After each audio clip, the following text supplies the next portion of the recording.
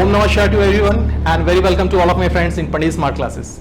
Today, the topic we are having is most contemplating and peeping hot subjects in the recent days.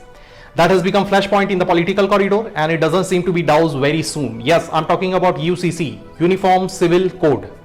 It is the common law, but before jumping into the common laws, we'll have to understand the modalities of the personal laws. What are the personal laws? Personal laws are based on the religious text, scriptures governed by mostly patriarchy group of people who sets the rules and regulations for marriage, child adoption, or property inheritance and maintenance, etc. Like Muslim Personal Law Application Act 1937. In the garb of these personal laws, most vulnerable section who's been bearing the brunt consistently of these obsolete customs and paranoia is women. Yes, we already seen the past instance of Shah Banu case in 1985. In this case, a 62-year-old Muslim lady who got divorced from her husband after 40 years following triple talaq moved to Supreme Court for seeking the maintenance. Why? Because in the Sharia law, women are entitled only for 3 months alimony. Finally, the Supreme Court had given the judgment in the favor of Shah Banu. On very contrary to that, the then Rajiv Gandhi-led government nullified the judgment and passed Muslim Women Act in 1986 pertaining to the protection and divorce and let the Muslim Personal Law Board prevail the matter of this divorce case, and the agony remained continued. In the Hindi community, women were deprived to get remarried and forced to practice sati pratha.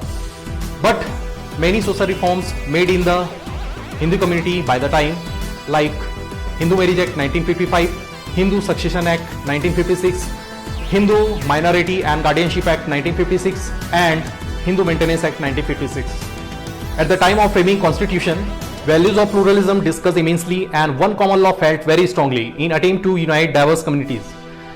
Actually, UCC remained always bone of contention persistently, prolonged discussions and concluded zero consensus. Therefore, this UCC enshrined in our Indian Constitution as directive principle in Article 44. What does it say? The state shall endeavour to secure for citizens a uniform civil code throughout the territory of India. Diversities in India is so vast.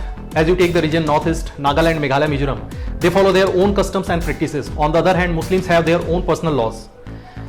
Therefore, the demands of one common law being escalated, which will be governed by only Constitution of India, irrespective of their religion, gender, caste and creeds. The 22nd Law Commission of India again decided to solicit the views and opinions of public at large and recognize religious organization about uniform civil code. In the modern age, every progressive society has a strong will to follow one common law. Many Muslim countries have codified their law according to the constitution, like Tunisia and Turkey abolished the polygamy law and Egypt and Jordan banned the triple talaq. Goa is the only state in India does have the uniform civil code.